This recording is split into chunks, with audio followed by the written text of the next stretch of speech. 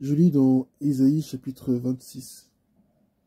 Ésaïe chapitre 26 au verset 11, où il est écrit: Éternel, ta main est si haute qu'ils ne l'aperçoivent même pas. Ils verront ton amour passionné pour le peuple, et ils en seront couverts de honte. Le feu dévorera tes adversaires. Amen. Ce matin, je ne veux pas juste parler de la vengeance de Dieu ou du châtiment qu'il infligera à nos ennemis, car à ceux qui se révèlent être nos ennemis, qui veulent agir comme tels. Je ne veux pas parler que du châtiment que Dieu leur réserve, mais de l'amour passionné de Dieu, l'amour manifesté de Dieu. Vous savez, bien tu sais, le Dieu qui t'aime, le Dieu qui t'a créé, ne laissera pas tes ennemis te faire indéfiniment du mal. Mais au-delà de tout ça, dans les mondes difficiles, Dieu veut te révéler son amour. Dieu veut te révéler qu'il est avec toi. Dieu veut te révéler qu'il t'aime. Hier, on était au culte, on chantait l'amour, amour extravagant. Un chant vraiment qui parle énormément concernant l'amour de Dieu. Et on a chanté aussi un chant qui disait, comment dire, il m'a libéré, m'a été payé. Et dans sa maison, j'ai trouvé ma place. Je suis enfant de Dieu, je suis à lui. Et il faut que nous réalisions en fait que nous sommes au Seigneur. Et quand on a chanté ce genre de chant, ça m'a beaucoup parlé, ça m'a beaucoup touché. Et c'est ce que je retrouve dans ce passage de ce matin. L'amour passionné de Dieu, c'est vraiment ce qui m'attire. L'amour passionné de Dieu, passionné. En latin et en grec, on aime beaucoup, on traduit souvent le mot passion par le verbe, en tout cas par la souffrance, par le mot souffrance. Dieu nous aime. Et Dieu t'aime au point de souffrir pour toi. Dieu t'aime d'un amour débordant, d'un amour grand. Et il ne faudrait pas que les souffrances que tu traverses te fassent oublier cet amour.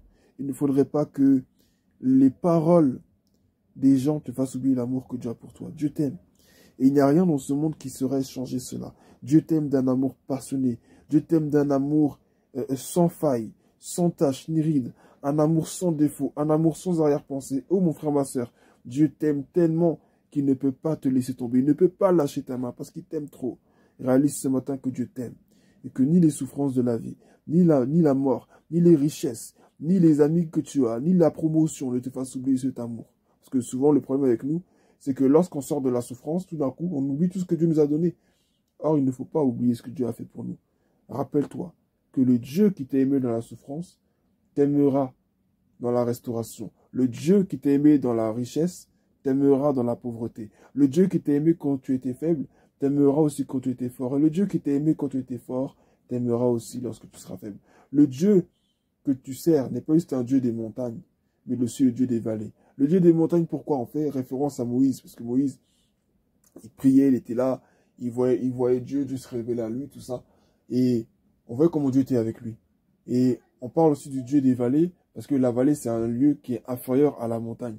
Et ça symbolise en fait les moments difficiles, les moments compliqués. Comme David pouvait dire dans Psaume 23, « Même quand je marche dans la sombre vallée de l'ombre de la mort, je ne crains aucun mal car tu es avec moi. Ta houlette et ton bâton me rassurent. » Et Dieu est là dans la vallée, comme il est là dans les montagnes. Dieu connaît ton état, comme un frère pouvait le dire. Dieu connaît ton état, Dieu sait de quoi tu as besoin. Alors ouvre-lui ton cœur, parle-lui, et tu verras la différence. Tu verras vraiment la différence. Donc prends courage, mon frère, ma soeur, et surtout, Dieu est avec toi, et il t'aime d'un amour passionné. Je t'assure, il t'aime d'un amour passionné. Des fois, tu ne réalises pas, hein, des fois, on ne réalise pas, mais Dieu nous aime d'un amour tellement passionné que il est capable de tout laisser haut et de descendre juste pour nous. Et c'est ce qu'il a fait en la personne de Jésus-Christ. Il a tout laissé et il est venu pour nous. Si c'était à refaire, il le referait.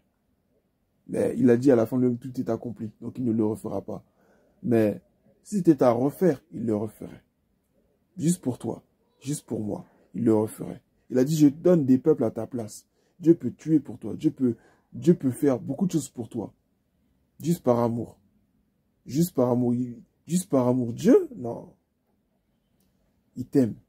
Sois-en certain. Ne laisse rien te faire douter de son amour. Le diable, il essaie en fait de détruire ta foi, détruire ta relation avec lui, te distraire, t'emmener loin de lui, te faire oublier ton identité, te faire oublier les promesses que Dieu t'a faites. Mais je t'assure, mon frère, ma soeur, Dieu t'aime. Dieu t'aime tellement. Dieu t'aime tellement. Sois convaincu de cela. Sois convaincu. Oui, mais si Dieu m'aime, pourquoi il ne me permet de vivre tout ça? Je t'assure que si tu crois en cet amour et que tu persévères dans la foi, tu ne comprendras pas tout. Mais tu sauras à la fin que cette souffrance, elle avait un sens. Je parle à ta douleur ce matin. Je parle à ce qui bat dans ta poitrine. Je parle à ce que tu vois, à ce que tu vis actuellement. Et je t'assure que rien ne peut remettre en question l'amour de Dieu pour toi. Parle-lui, il est là, il t'écoute, il t'entend. Et il veut t'accompagner dans ce monde difficile. Souvent, on cherche Dieu dans le moment compliqué, mais Dieu est juste à côté de nous, il attend.